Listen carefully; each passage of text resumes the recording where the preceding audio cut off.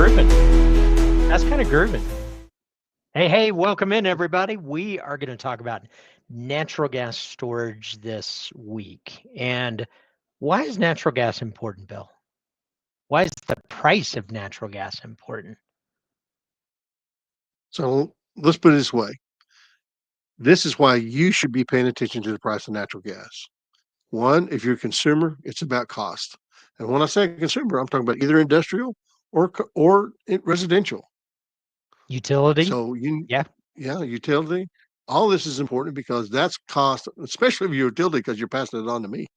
Uh, Mm. so if you're a consumer of natural gas, it's important. If you're a consumer of electricity, most of our electricity, I'll say most, I'm going to say at least half of our electricity is funded or fueled by natural gas. Right. And so the other thing is the power for the demand for electricity is growing every day. I mean, it's grown by 4.5%, I think, over the last 3 years. The Mm-hmm. other thing, if you are, so that's if you're a consumer. If you're a producer of natural gas, this is your income. You need to be looking at it almost daily and coming up with strategies on how to get the most net income that you can from your commodity of natural gas. So, what if you're just in the middle? Well, maybe you're just curious. And listen, when you subscribe to Energy Rogue, you can solve that curiosity for cheaper than you can buy a cup of coffee every day at Starbucks. And I'm not saying anything bad about Starbucks, I promise. Just because their coffee's very expensive, that's just something else. At my house, it costs about a quarter a cup. So if you come, I'll charge you only $4. That's just the type of guy I am. So it's important not only for your own curiosity, also to understand where your energy comes from, where your money goes, and are you getting a good deal? And sometimes when somebody tells you you're getting a good deal, you may not be. So if you want to know and be informed and have informed opinions, you need to sort of hang around a little bit. Let's talk to you a bit about natural gas storage. So, Yeah. Brian, Well, you brought a there's, perfect chart right here because a lot of people think that there's just one little spot where we store all of our natural gas, and then we go pull from that little bucket, and that's how we fill everything up. And it's you just not actually, that what way, is it? you want to see where it is? I'll show you. This is kind of fun. And right here, there we go. These are all the storage fields for natural gas in the United States. And as you can see, some sizes of the bubble are big. That means they're larger reservoirs. They store a larger amount. So it is not one place.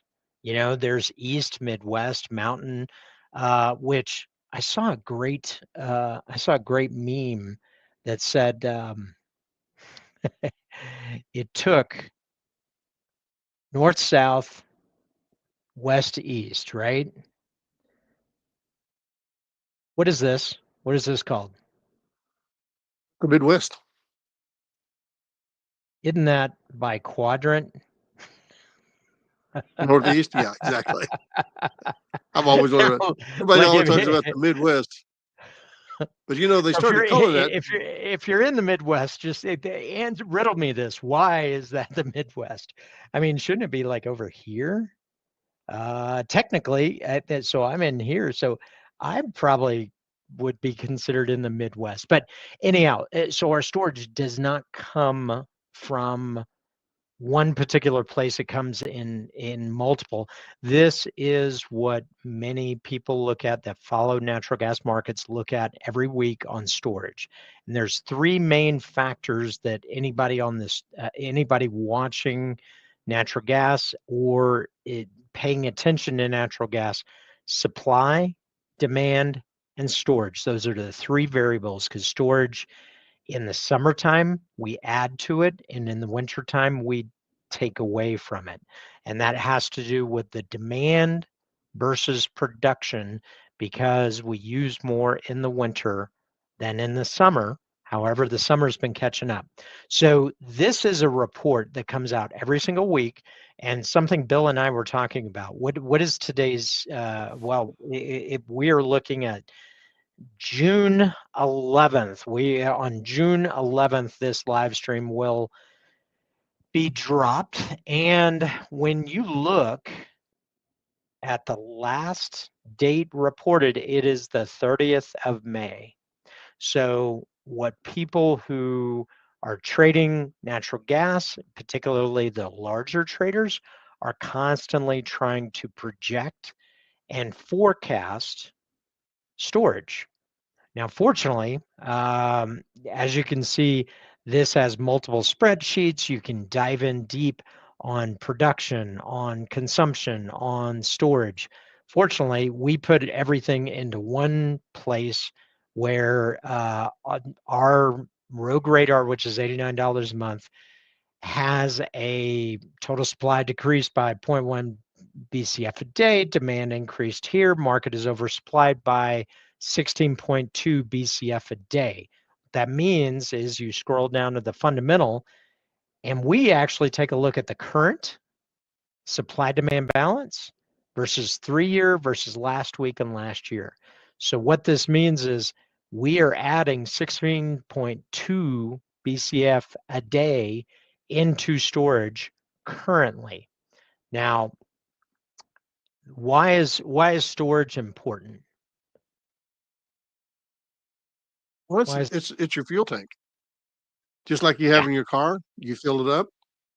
You got to have somewhere to pull the fuel from. You don't necessarily stop driving when you get down to 3/4 tank, but you start thinking about it once you get below half a tank. And once you get a quarter tank, most people will find a gas station, unless you're a teenager. At which point, when you get down to the last 16th of a tank, is when you're looking for $2 worth of gas.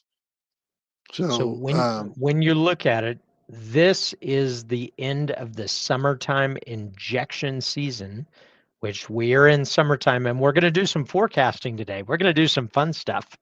So what's interesting is you can see over the last couple of years that the balance at the end of winter kept getting closer to higher and higher. This winter broke that trend because we've had 2 consecutive warm winters, and that's why it's important to watch weather. And we are going to project whether or not we are going to go further down by the end of next winter. We're going to project that today. Doesn't that sound like fun? That sounds like fun. So, what is we one really way need to get a live. what is one way you could do that? One way is you could look at history, you could create 5-year averages. We like using 3-year averages. So what we've done is in our nifty little tool here is we currently have a projection based on today's flows of Canadian imports, US production on the supply side, demand for the residential commercial, demand for industrial, demand for power, Mexico exports, and LNG exports. So what we've done is we've reconciled it, and most of the forecasts that I've seen out there are calling for 3.85 on a end of season number. And guess what our number came up with? 3.751. 3.751. And that is below the 3-year average of 3.976. So about 200 BCF off that pace. That's what we're seeing. Right. Now, what's interesting, let's actually look at it this way. This is being conservative on LNG because we have how much LNG offline right now, Bill? 2 BCF? We have about two BCF off right now because I think it's Sabine Pass is going through maintenance right now. All right, let's take this summer and winter, and now we're at 3.5, roughly 3.49 TCF. That is going to look very, very different. Let's actually look for the last time we were at that level. The last 2 times was 2021, 2022, prices were higher. And let's see, when else We had were, higher, I think we had higher demand those 2 years because we were coming back from COVID. yeah. So the thing is that this is a very bullish sign for natural gas if you believe that projection. Now, I was conservative, and let's take it here. I think this might be a good estimate right there. So You have to be conservative because that maintenance is not going to last the whole season. It's only going to last for a few weeks. So right now, 3.7 TCF is what we're expecting end of season. That is below expectations. Now, for the next couple weeks, we're going to be very bearish because fundamentals are really, really soft right now. But what's interesting is we could get down to 1.2 TCF, 500. Let's see what this is. If we have this projection, we could end up 1.2 TCF off the pace by the end of what period is that? By 2027. So if this trend was projected forward in 2027, we would be below a TCF. You're talking about panic signals. So there's a Yes, long-term and high structural price natural problem. gas right at that point. Yeah. Yeah. And so the other thing we need to remember is that even though power is not everything that natural gas is used for, power has been growing by 4.5% almost every year. Well, fortunately, So we're going to have there's a more and more little burn as tool it that goes on. actually we can look at how power burn has grown, and I'm going to take it back to the exit of COVID. And what you can see is when we're exiting COVID, we did drop in 2022, but since that time, we have been setting new highs every single summer. And guess what? Do you know what's important about this? What started this trend? Do you know what? When did here, I'm gonna pull it up Oh over yeah, here. so that is the heating season, and we had a mild winter, but we also have AI coming on that burns a lot of electricity. ChatGPT came on in November of 2022. So what you can Well, see looky is there. right here, higher, higher, higher. So far higher, but this part really is a little concerning. So we'll have to see how that plays out.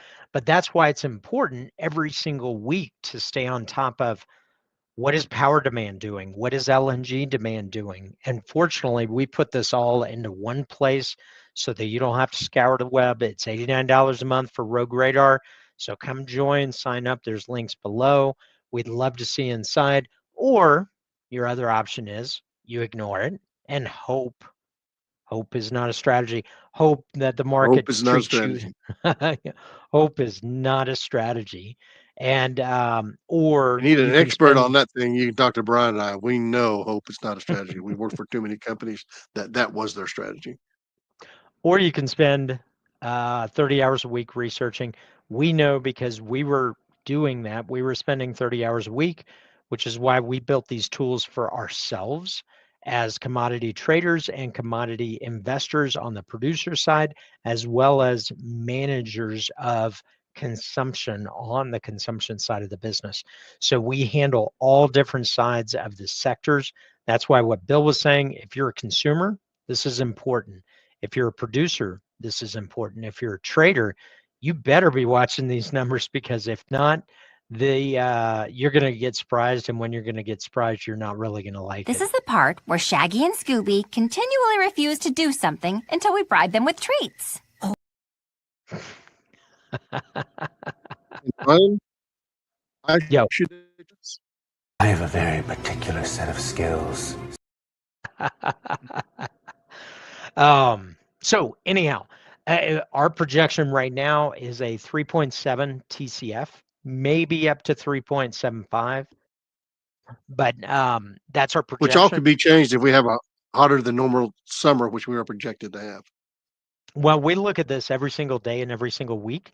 So that is our current projection. And by the end of next withdrawal season, we're going to be potentially down 500 BCF. So we'd be starting 200 BCF behind the 3-year average and 500 BCF behind the 3-year average by the end of winter. That could get very dicey very quick. And that means, oh, hey, we're really bullish. Wait a second. I didn't talk about when. Right. Next 2 weeks, we're going to see, but we have some projections inside, and fortunately our membership has been ahead of those curves because we've been tracking these fundamentals. And if you want to stay ahead, join us. If you don't want to stay ahead, spend time researching supply on EIA, demand on EIA, as well as storage on EIA, and you're going to spend a lot of time on spreadsheets. So we try and put it together because $89 a month is, think about it from an hourly perspective. If you're spending more than an hour or 2 hours a month, you're likely spending way too much time, and you should invest in a resource. Doesn't have to be ours, but invest in a resource. So we try and put it out affordably. That's what I was going to say. Do not ignore it, because ignore is the root word for ignorance. So do not ignore it. It's part of the reason in 2022, when natural gas was $9, we were screaming, look out, it's not going to stay. It's not going to stay. And what happened? We went down to $2. Now, it took a little bit longer than we expected. We did expect it to come off a lot sooner. I did. Bill kept making fun of me for that. That's because I have those crazy cousins. You know, those are the crazy cousins that come to visit and stay longer than you want them to. Well, no, it's not about Brian being right or Bill being right. It's about finding the truth. That's what we do. What we do. So we try and get to the truth. It's not about ego. It's not about listen to us. We provide tools that make it incredibly easy so that you can stay ahead of these curves. So that is what our goal is. We're two dudes setting out with a common goal. There you go. So listen, I think that's all I had today. But if you have any questions about how to model storage or how to look forward into storage, or you're curious about getting your hands dirty on a tool like this, reach out to us, let us know, drop us a comment, and we'll get back to you. So that's all I really have. Let's start a conversation. Yep. So listen, folks, thanks so much. Be tracking natural gas storage, and just for grins, let's look at next week. The 3-year average was for June 13th. That's a projection 2 weeks ahead. 83 BCF on an injection. That is the 3-year average. Our current forecast is actually different than that. If you want to find out what it is, come join us and you'll find out. So listen, that's all I got. Bill, any parting words? Oh, just one little bit of strategy. Show me the money!